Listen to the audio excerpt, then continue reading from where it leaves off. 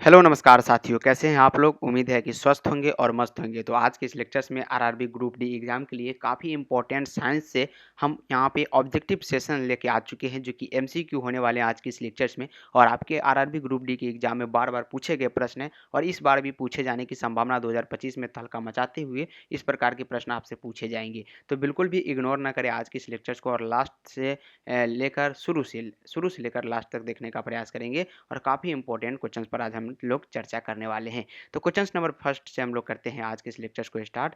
काफ़ी बेसब्री से इंतजार था इस लेक्चर्स का कि सर ये लेक्चर्स कब ला रहे हैं, तो बिल्कुल हम लेके आ चुके हैं और देखते हैं कि कितने स्टूडेंट आज के इस लेक्चर्स में सीन करते हैं। तो मानव भ्रूण का हृदय कब स्पंदन करने लगता है, ये सवाल आपसे पूछा जा रहा है। पहला नंबर क्वेश्चन, मानव भ्रूण का जो हृदय है, हृदय कहने का मतलब है आपका जो दिल होता है जिसे दिल कहते हैं, तो ये मानव भ्रूण जब भ्रूणीय अवस्था में ही किसी छोटे से नवजात शिशु रहता है, तो इसका हृदय जो है कब स्पंदन करने लगता है? अपने परिवर्तन के तृतीय सप्ताह में या अपने परिवर्धन परिवर्धन के प्रथम सप्ताह में, अपने परिवर्धन के चतुर्थ सप्ताह या अपने परिवर्धन के छठे सप्ताह में। तो बायोलॉजी से ये प्रश्न है और काफ़ी इंपॉर्टेंट प्रश्न है, जैसा कि क्वेश्चंस में पूछा गया। तो याद रखिएगा, अपने परिवर्धन के यानी विकास होने के चतुर्थ अवस्था में जो होता है हृदय में स्पंदन होने लगता है। तो ऑप्शंस नंबर कुल मिला के सी क्या होगा, बिल्कुल इस प्रश्न का राइट आंसर होगा। अब दूसरा नंबर सवाल जो आपसे पूछा जा रहा है कि सर मानव शरीर में पूंछ कौन सी संरचना से संलग्न होता है? मानव शरीर में जो पूंछ है, अब ये तो विकसित नहीं हो पाता है, पूंछ गायब हो चुका है, लेकिन मानव शरीर में जो पूंछ है वो कौन सी संरचना से संलग्न होता है? तो ये बृहदान्त्र याद रखिएगा। ऑप्शंस नंबर क्या होगा, बिल्कुल बी करेक्ट आंसर होगा, याद रखेंगे।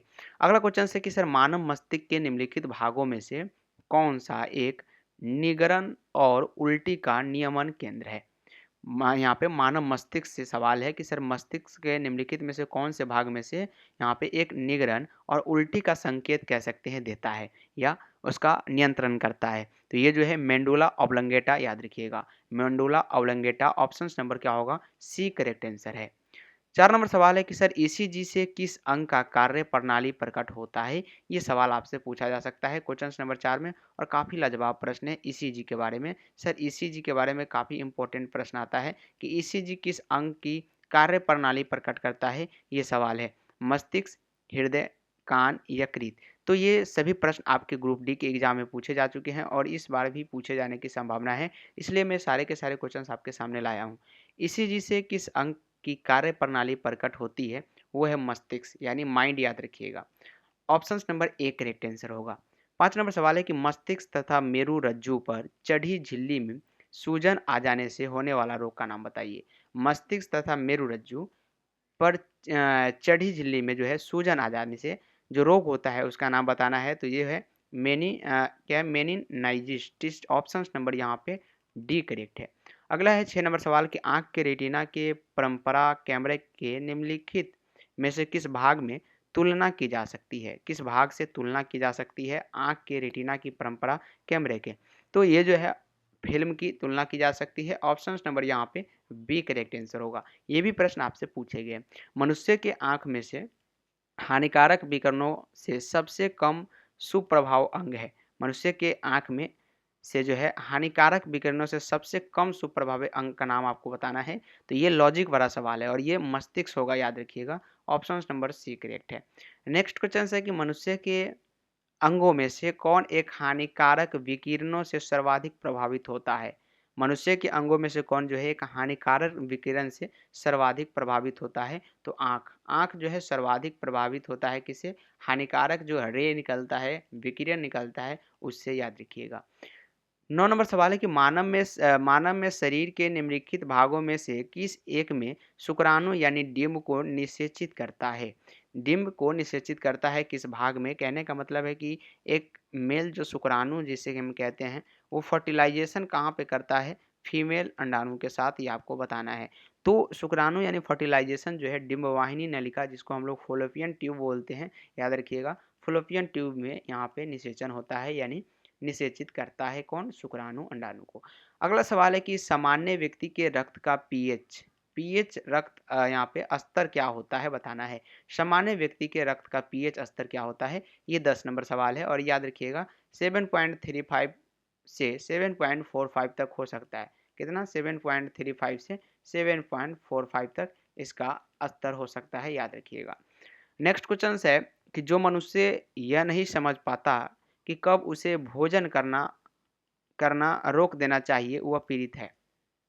वह पीड़ित है किससे? मधुमेह से, या बुलिमिया से, या एनोरेक्सिया नर्वोसा से, अति अम्लता से। वो मनुष्य यह नहीं समझ पाता कि अब उसे भोजन करना रोक देना चाहिए, तो वो बुलिमिया से, याद रखिएगा। ऑप्शन नंबर यहाँ पे बी करेक्ट आंसर होगा। अगला सवाल है 12 नंबर की, एक गिलास पानी पीने से कितने कैलोरी उस यहाँ पे ऊर्जा मिलती है, ये आपसे पूछा गया। तो एक गिलास पानी पीने से 0 कैलोरी, याद रखिएगा, 0 के बराबर ऊर्जा मिलती है। अगला सवाल ये रहा 13 नंबर क्वेश्चन। क्या पूछा गया है कि मानव वृक्क अश्मरी, कहने का मतलब है कि किडनी स्टोन में पाया जाने वाला प्रमुख रासायनिक यौगिक है। किडनी स्टोन में पाए जाने वाले प्रमुख रासायनिक केमिकल पदार्थ पूछा जा रहा है, तो ये कैल्शियम ऑक्जेलेट पाया जाता है, याद रखिएगा। क्या पाया जाता है? Calcium oxalate. नेत्रदान में क्या है सवाल कि नेत्रदान में प्रदाता की आंख के निम्नलिखित में से कौन से एक भाग का उपयोग किया जाता है? नेत्रदान में जो है, जो प्रदाता है, कहने का मतलब है जो दान दे रहा है प्रदाता, इसकी आंख के निम्नलिखित में से कौन से एक भाग का यूज सिर्फ किया जाता है? तो कॉर्निया निकाल ली जाती है, कॉर्निया का यूज किया जाता है, याद रखिएगा। अगला क्वेश्चन है कि सर निम्नलिखित में से कौन सा जैव रूपांतरण मानव शरीर को अधिकतम ऊर्जा प्रदान करता है? तो शरीर को जो अधिकतम ऊर्जा प्रदान करता है जब एटीपी एडीपी में परिवर्तित होता है, तो ये सबसे अधिक ऊर्जा प्रदान करता है, याद रखिएगा। ये चक्र चलता है और ये बायोलॉजी के स्टूडेंट इसके बारे में भली भांति जानते हैं। 16 नंबर सवाल है कि निषेचन यानी गधा की क्रिया कहाँ पर जाती है, कहाँ पर होती है, ये पूछा गया है। तो ये जो है अंडवाहिनी में होता है, याद रखिएगा। ऑप्शन नंबर ए करेक्ट है। एक सामान्य मनुष्य का उच्च रक्तचाप एवं निम्न रक्तचाप क्रमशः होता है, यानी बीपी ब्लड प्रेशर के बारे में पूछा गया है। तो निम्न और पहले तो उच्च पूछा गया, हाई, उसके बाद लो पूछा जा रहा है। तो हाई 120 होता है, सभी को पता है, और निम्न 80 होता है। तो ऑप्शन नंबर बी में नजर आ रहा है। और ऐसा दूसरा ऑप्शन में था नहीं जो 80 हो और इधर 120 हो, तो ऐसा नहीं था। ये आपके लिए काफ़ी इंपॉर्टेंट था और लॉजिक वाला सवाल था। तो ऑप्शन नंबर बी मार के आप लोग निकल सकते थे यहाँ से। और काफ़ी इंपॉर्टेंट सवाल जैसा कि ये हम बता रहे हैं, और ये ऐसे ही सवाल आपके आरआरबी ग्रुप डी एग्जाम में पूछे जाते हैं। हमारे शरीर में अम्लता तथा क्षारकता के बीच जो तत्व संतुलन बनाए रखता है वह है, तो वो फास्फोरस है। कौन है? फास्फोरस है। ऑप्शन नंबर यहाँ पे बी करेक्ट है। अगला है कि सर एस्ट्रोजन किसके द्वारा उत्पादित होता है या स्त्रावित होता है, कह सकते हैं। एस्ट्रोजन के बारे में पूछा गया है, तो ये पुटिका से स्त्रावित होता है। ऑप्शन नंबर ए करेक्ट है, पुटिका से।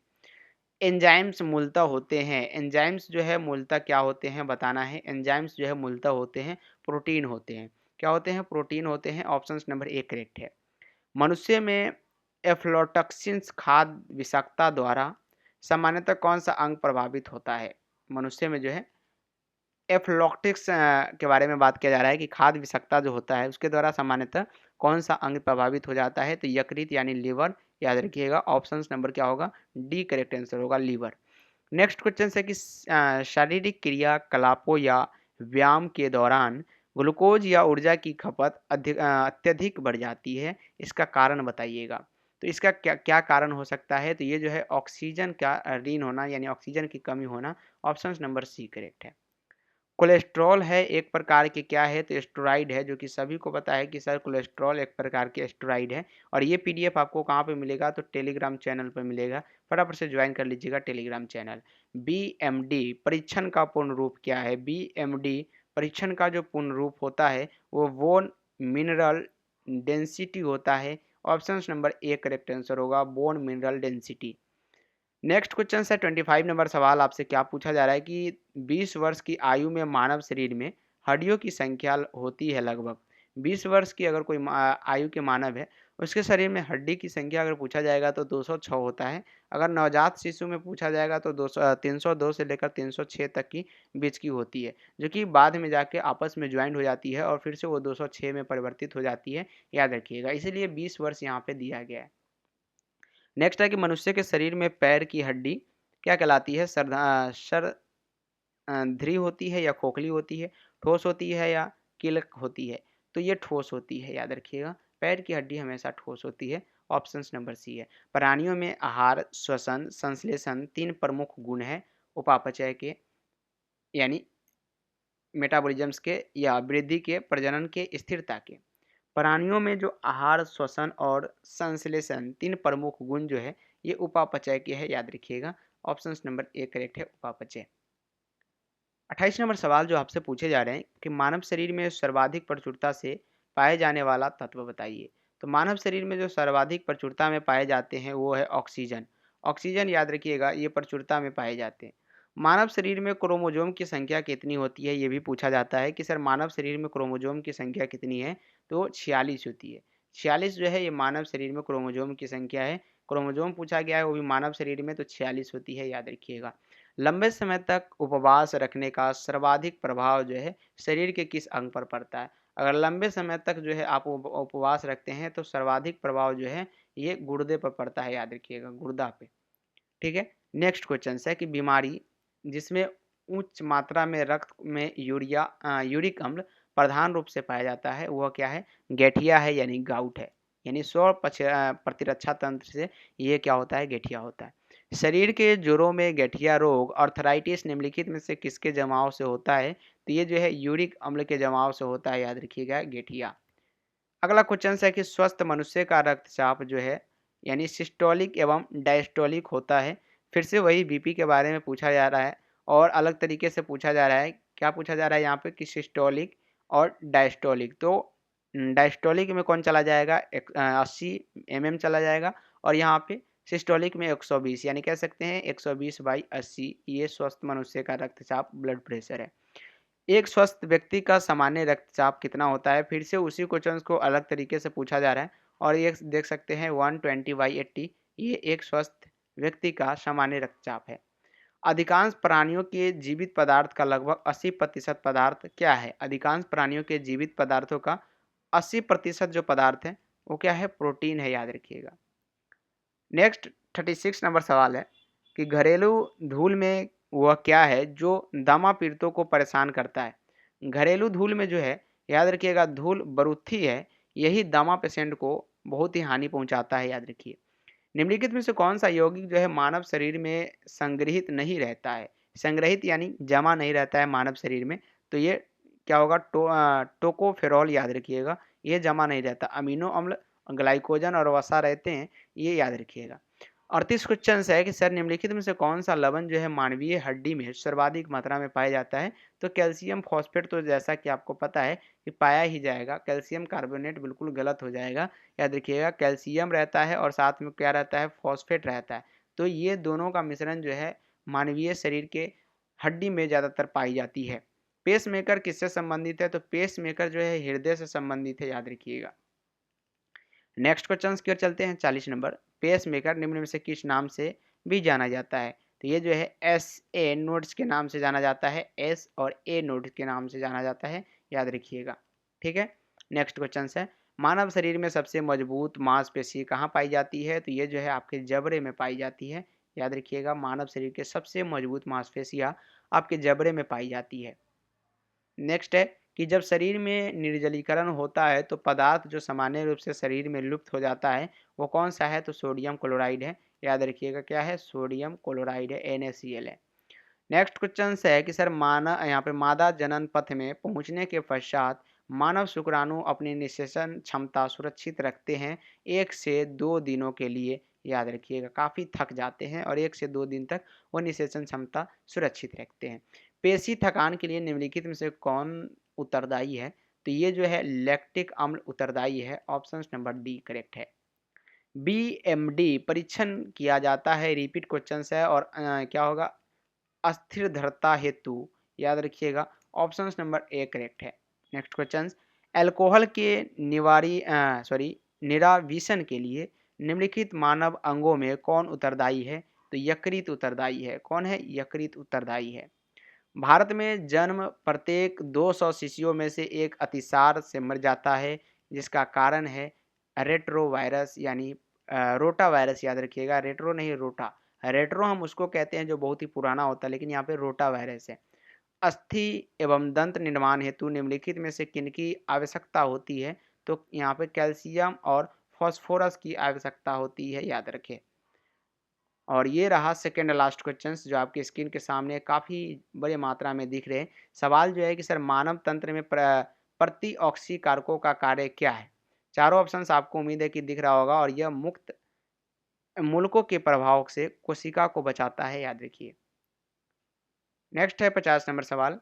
मानव स्वास्थ्य के लिए ट्रांस वसा सामान्यतः हानिकारक समझा जाता है क्योंकि यह स्तर कम करता है। ये जो है HDL का कार्य करता है। तो आज के इस लेक्चर में 50 क्वेश्चंस पर हमने सोल्यूशन किए जो कि ग्रुप डी एग्जाम के लिए काफ़ी ज़्यादा इंपॉर्टेंट था। अपना अपना फीडबैक जो है कमेंट बॉक्स में देंगे। तब तक के लिए आज के लिए इतना ही।